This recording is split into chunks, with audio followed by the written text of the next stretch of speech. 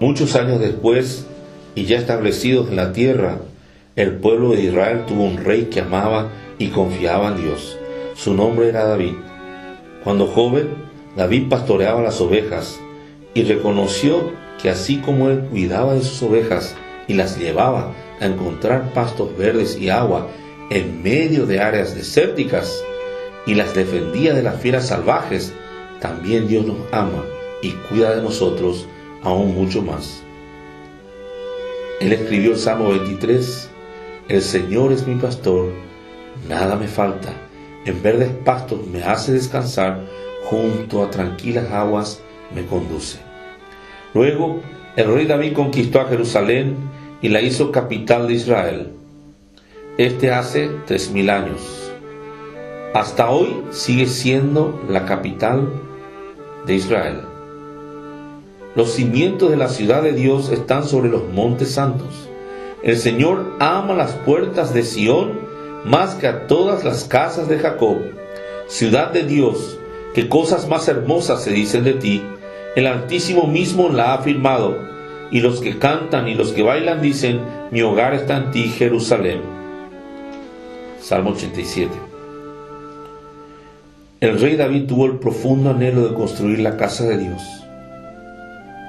el templo allá. Dios mismo, a través del profeta Gad, le indicó el lugar específico donde debía construirlo. ¿Y saben qué? Fue el mismo lugar donde Abraham estuvo dispuesto a sacrificar a su hijo Isaac, el monte Moriah, el monte santo como lo llamó Moisés. Es el lugar donde hoy está la ciudad de Jerusalén. David juntó todos los materiales para construir el templo para el Señor, pero no fue él sino su hijo, el rey Salomón, quien realizó la construcción. El día en que fue dedicado a Dios, la misma presencia y la gloria de Dios llenó todo el templo. Y desde entonces el pueblo de Israel peregrinaba desde toda la tierra de Israel hasta Jerusalén, 3 veces al año, para celebrar las fiestas que Dios mismo les había ordenado que hicieran. El Salmo 122 dice: ¡qué alegría cuando me dicen vamos al templo del Señor! Jerusalén, ciudad construida para que en ella se reúna la comunidad. A ella vienen las tribus del Señor para alabar su nombre, como se lo ordenó a Israel. A pesar de todo, el pueblo de Israel comenzó a abandonar los caminos de Dios y su comunión con Él, y se mezclaron con la forma de vivir de las naciones, lo que Dios no pudo bendecir. Y a pesar de muchas advertencias de los profetas, no volvieron bajo la protección de las ordenanzas de Dios. Por eso, Él permitió que el rey Nabucodonosor del Imperio Babilónico, en el 586 a.C., se llevara cautiva y deportara a la población hebrea a Babilonia y destruyera el templo. El profeta Jeremías entendió de parte de Dios que el tiempo que vivirían en Babilonia exiliados serían 70 años, y fue exactamente así. Dios, bajo el gobierno de Ciro el persa, abrió las puertas de nuevo para que el pueblo de Israel volviera a la tierra prometida y reconstruyera la ciudad de Jerusalén y el segundo templo. Después de su retorno, el pueblo judío pudo vivir en su tierra por aproximadamente 500 años más. En esta etapa Dios estuvo revelándose muy poco. Había poca orientación profética en Israel. También estuvieron sufriendo bajo el gobierno opresivo romano. En estas circunstancias nació Jesús de María, descendiente del rey David, en el pueblo de Belén, cerca de Jerusalén.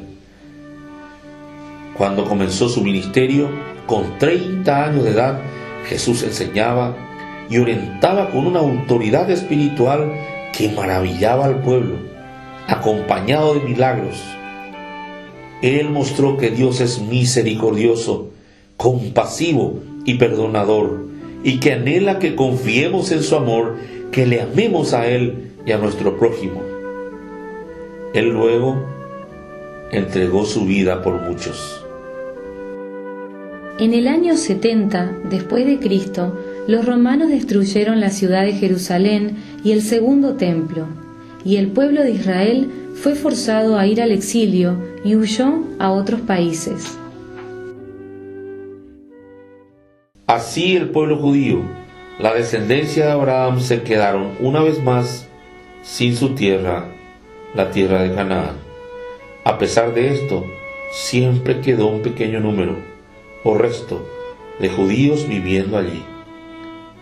Los profetas del Señor, quienes fueron judíos, ya habían anunciado en los escritos del Antiguo Testamento que cuando el pueblo de Dios fuera sacado de su tierra, ésta se convertiría en un desierto, en una desolación. Y todo esto como una forma de expresar el dolor de Dios que tuvo que enviar a su pueblo al exilio porque no habían seguido sus mandamientos. A pesar de que muchos imperios y colonias de diferentes naciones se instalaron en la tierra de Israel, no pudieron hacer que produzca nada por casi 2000 años. Todo era un desierto, todo eran ruinas. Como mencionamos, los israelitas fueron dispersados por todas las naciones. Comenzó lo que se llama la diáspora del pueblo judío, es decir, la dispersión. Diáspora que ha durado hasta nuestros días. Así el pueblo de Dios fue perdiendo parte de su cultura y se asimilaron a los demás países donde vivían en el exilio. Ya no podían hablar más su idioma hebreo como pueblo, ni tampoco tenían el templo, ni la santa ciudad de Jerusalén, hacia donde solían peregrinar para adorar a Dios.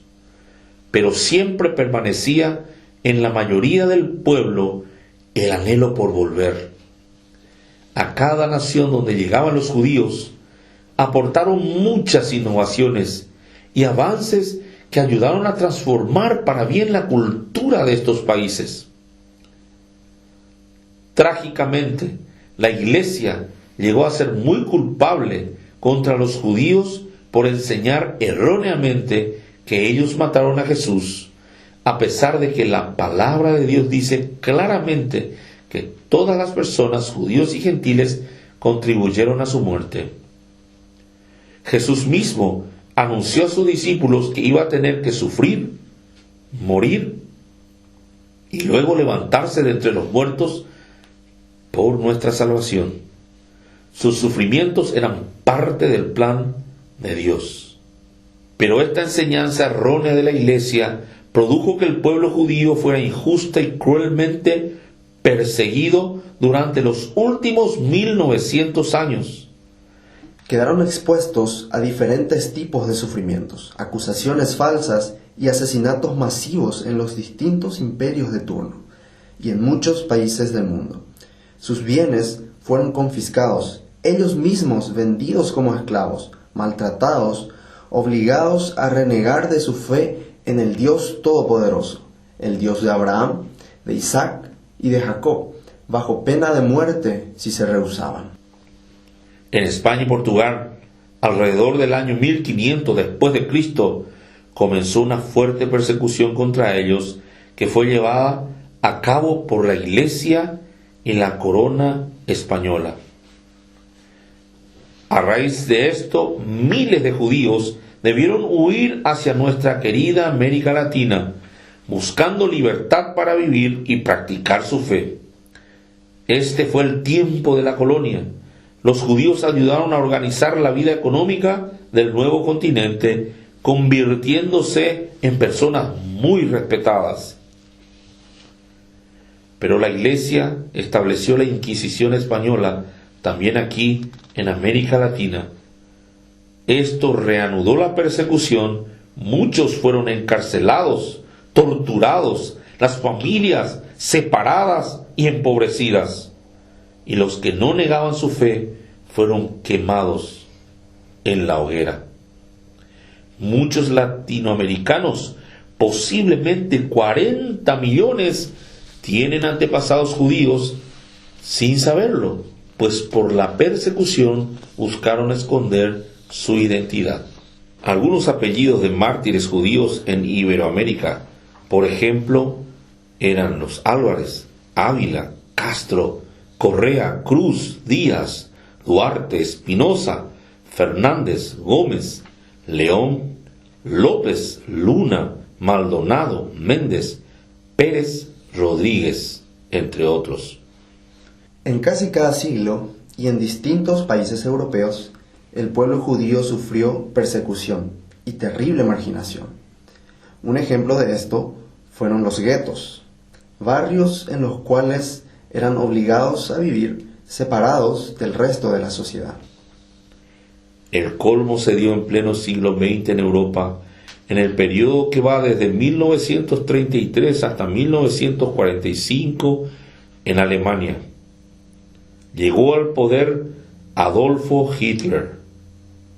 Con la intención de ganar fama, inició la invasión de sus países vecinos, queriendo conquistar el mundo, poco a poco, dando origen a la Segunda Guerra Mundial. Parte de su diabólica política incluía un antisemitismo extremo, es decir, el odio hacia el pueblo judío, y él trató de exterminarlos. Los judíos en Alemania, hasta este tiempo, habían sido ciudadanos respetados, importantes contribuyentes a la sociedad, pero Hitler armó un fuerte sistema de propaganda de mentiras contra ellos para que los alemanes, especialmente los niños y los jóvenes, pensaran que eran enemigos. Hitler constantemente hizo repetir estas mentiras y su meta de destruirlos. Él y sus seguidores, los nazis, asesinaron en los campos de concentración y en las cámaras de gas a 6 millones de judíos. Este deplorable salvajismo inmoral fue llamado el Holocausto. La mayoría de la gente temía a Hitler y no decían nada, pero hubo ocasionalmente quienes heroica y valientemente encontraron formas de rescatar a los judíos, como es el caso de Irena Sendler, una enfermera que entrando a menudo en el gueto de Varsovia, en Polonia, llegó a rescatar poco a poco y a escondidas a 2.500 niños judíos, salvándoles de ser llevados a un campo de concentración donde habrían muerto. Hubo otras personas que, arriesgando sus vidas, escondieron a judíos en sus casas. Ana Frank, una niña judía de 14 años, estuvo escondida con su familia durante 2 años. En ese tiempo, escribió lo que vivía en su diario personal. Lamentablemente, ella y su familia fueron descubiertas y llevadas a un campo de concentración, donde fueron asesinados. Su diario fue publicado posteriormente en muchos idiomas, bajo el título de El diario de Ana Frank.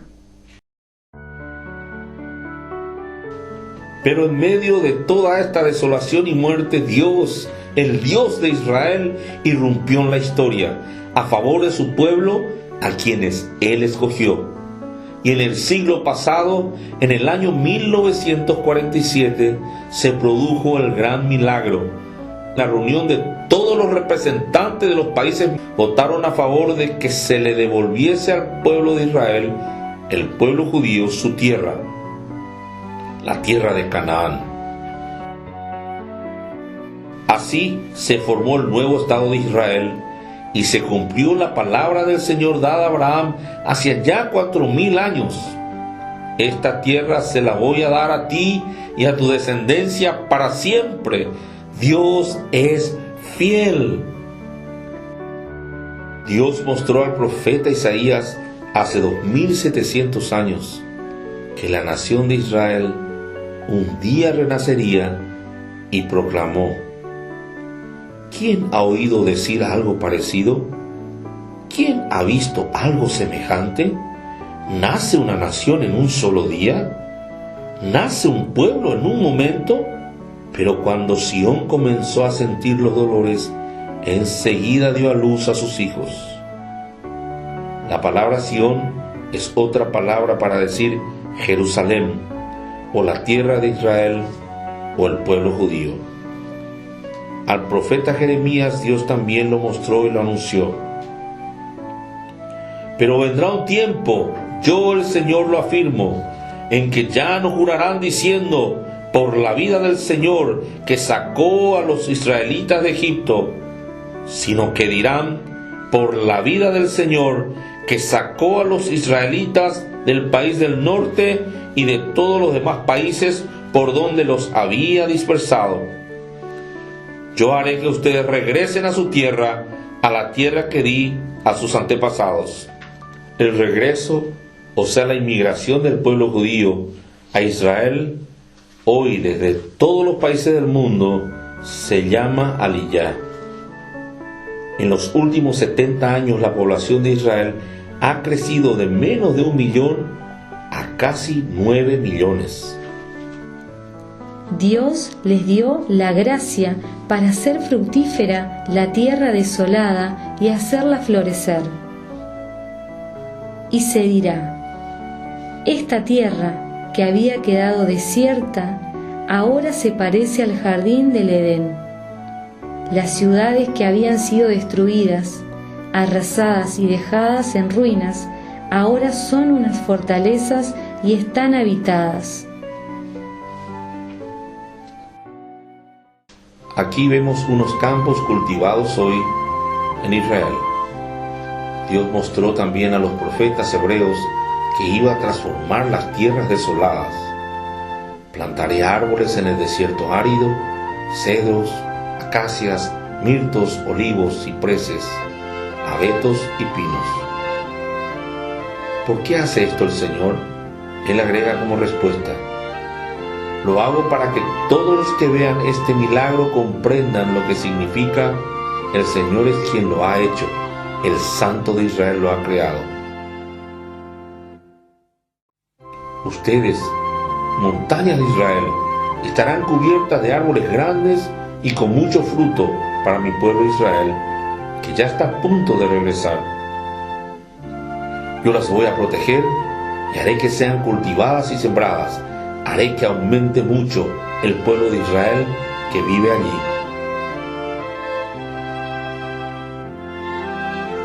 Volverás a plantar viñedos en las colinas de Samaria, y los que planten viñas gozarán de sus frutos.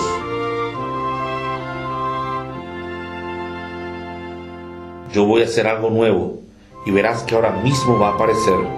Voy a abrir un camino en el desierto y ríos en la tierra estéril.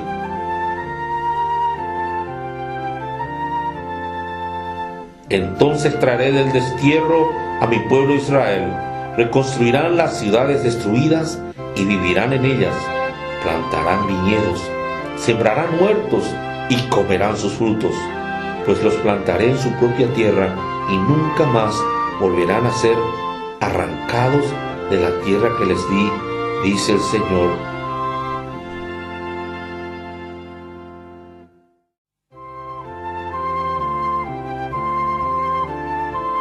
Las ciudades se llenarán de habitantes y las ruinas serán reconstruidas.